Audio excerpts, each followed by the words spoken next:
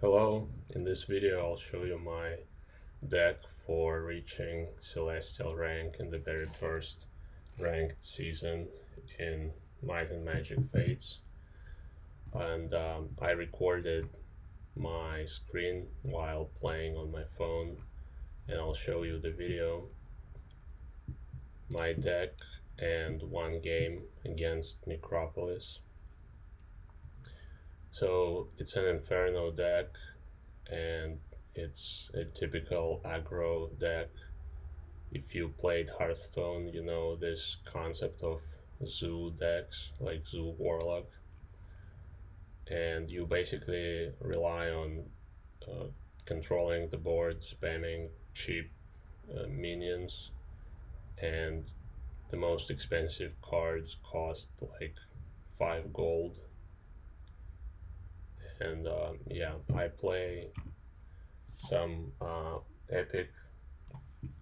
I have one epic card. I have a Pit Lord and a Fireball, and I got all of these cards from packs. I never bought any of them in the store. Yeah, and this is how I play it. So we get the initiative, and I try to mulligan aggressively. So I remove all of my cards. I try to get the Pit Lord, Bag of Gold, and Soul Spirit that shelves you cards.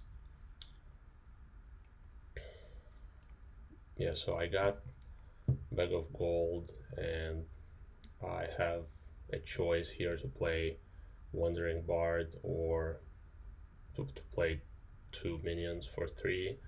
So I decided to play the Hellhound and the other 3 gold minion.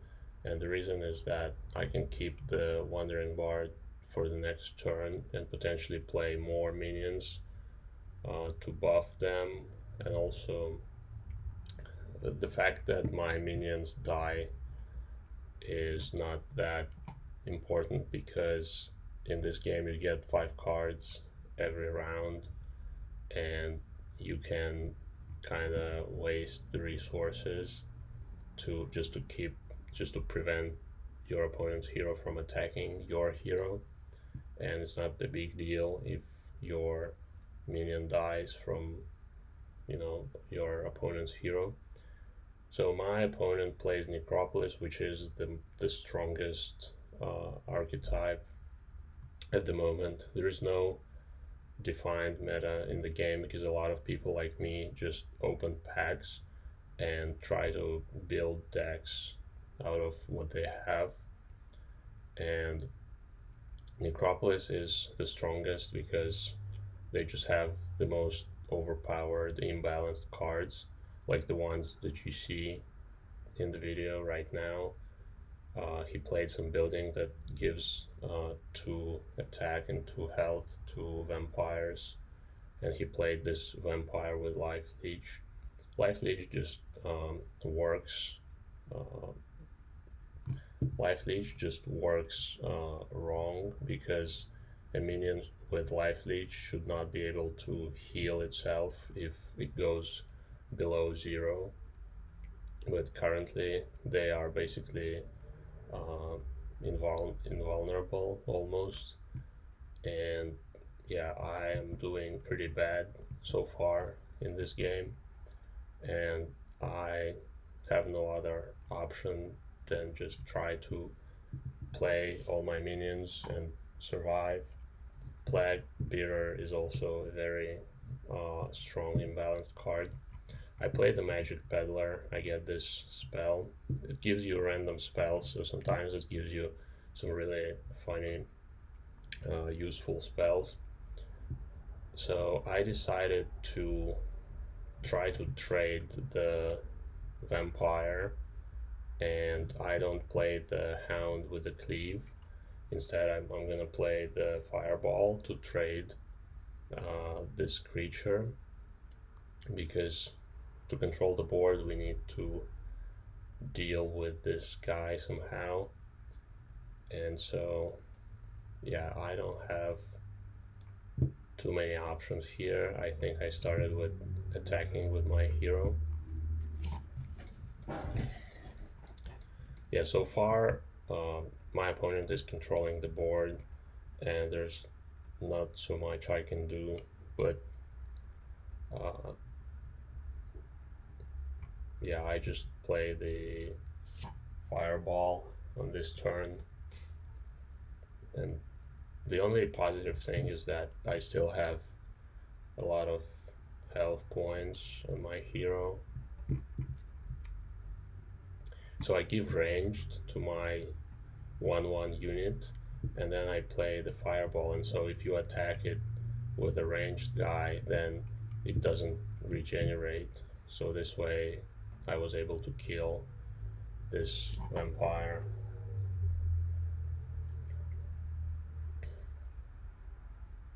My opponent trades the 1/1. I don't know what for, but so for the next turn we get the initiative, and I keep the Firehound, hoping to hit this building and uh, hit the other two creatures with the cleave. And so I just play the Firehound, and then I decided to not play the Blackguard because he has a unit with 5 attack, and I am trying to use my first attack for the Hound. And so because of that, my Blackguard will die from that 5 attack unit. And so I decided to play the Dark Flame Fanatic and keep the tactical shot and the other spell in my hand, and potentially use them to trade the board.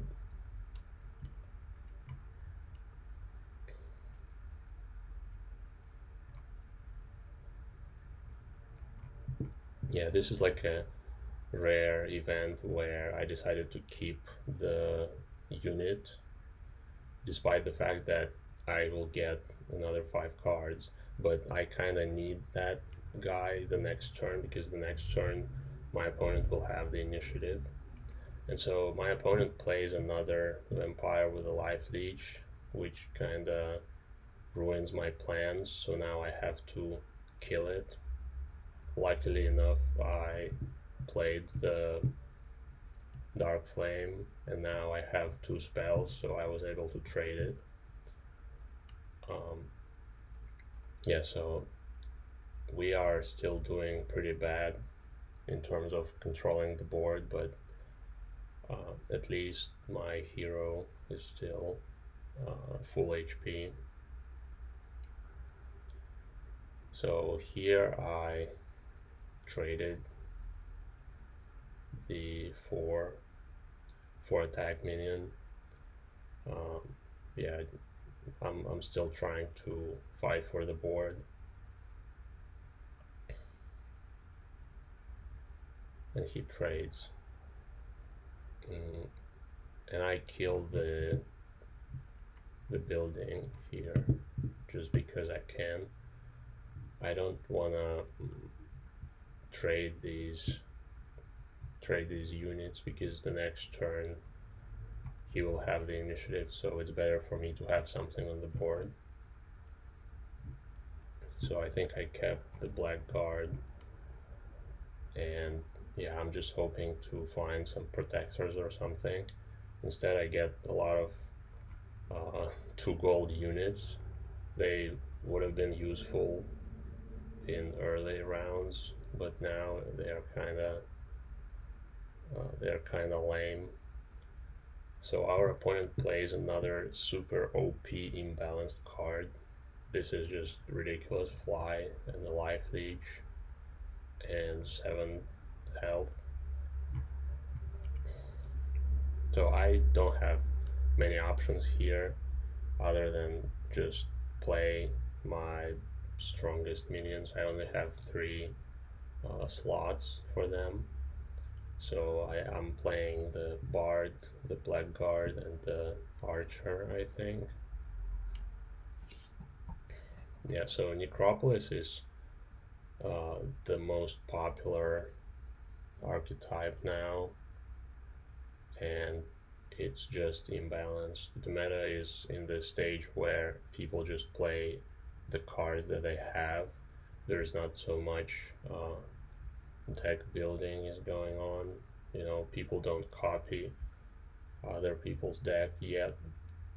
They don't copy other people's decks yet because people don't have that many cards. They just play cards that they got from packs, and Necropolis cards are just imbalanced.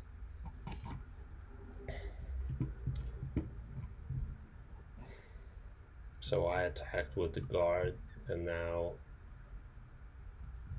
it's actually good for me that he attacked the guard, so the guard survives, and I can just trade the protector and then probably attack my opponent's hero. Or maybe I traded the building, I don't remember. So at this point, when he has a 6/9 creature, I cannot win the battle for the board. So I decided to just try to face raise him because that's my best chance, because he already gave away two protectors with a life leech, and so you can see I just pick the attack and I just traded both minions, and the next turn I have the initiative, so I can play more and I can try to put pressure on his hero instead of trying to trade this giant minion.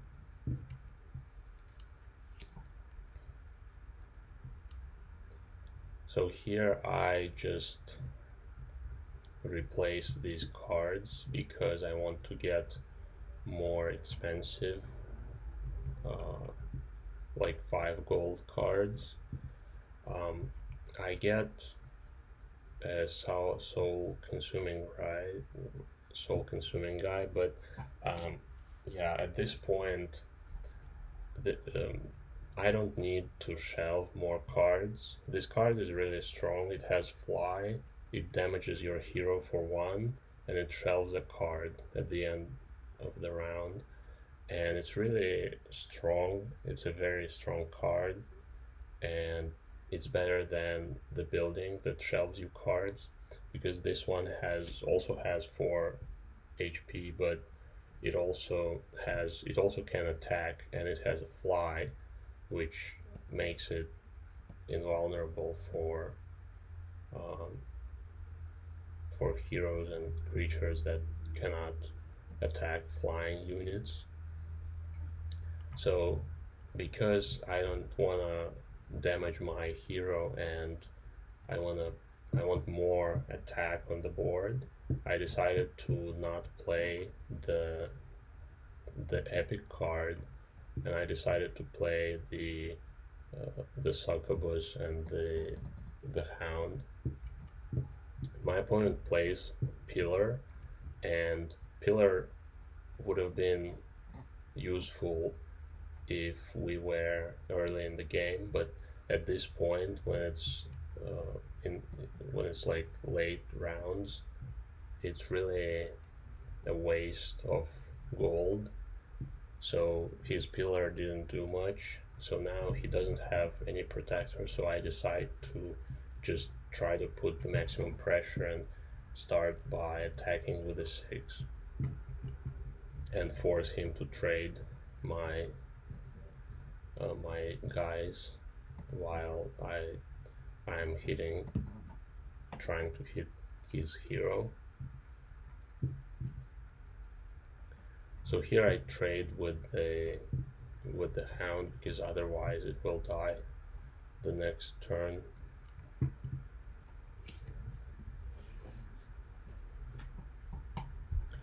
I think Necropolis is the most popular in ladder, and then Nur is the second one by popularity, and Inferno is the third one.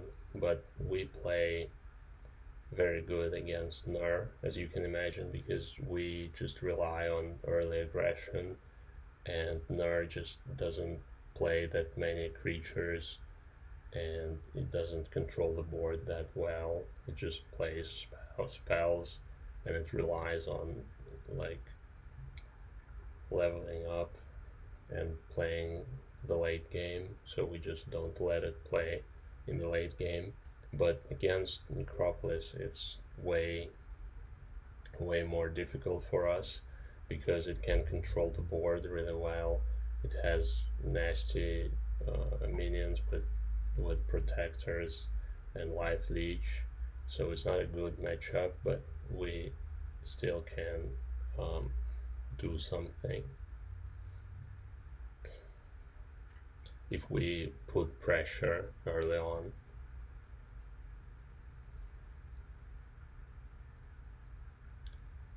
So here he has an option to hit my hero or trade. So you see he decides to trade. That's how we can get a chance against Necropolis by putting pressure on them and forcing them to trade. So my opponent gets the initiative, but if I find the rally flag, I can win this round.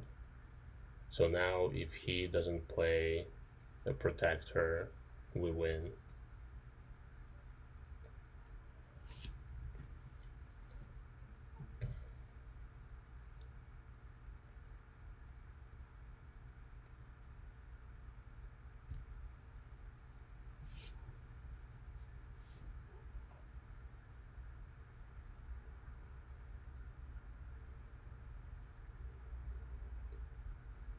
Yeah, our opponent didn't find a protector, so now it doesn't matter what's the order, how we play our hand. We just play the rally flag and we win because we get the initiative and we just hit his hero. I played the Pit Lord just for fun.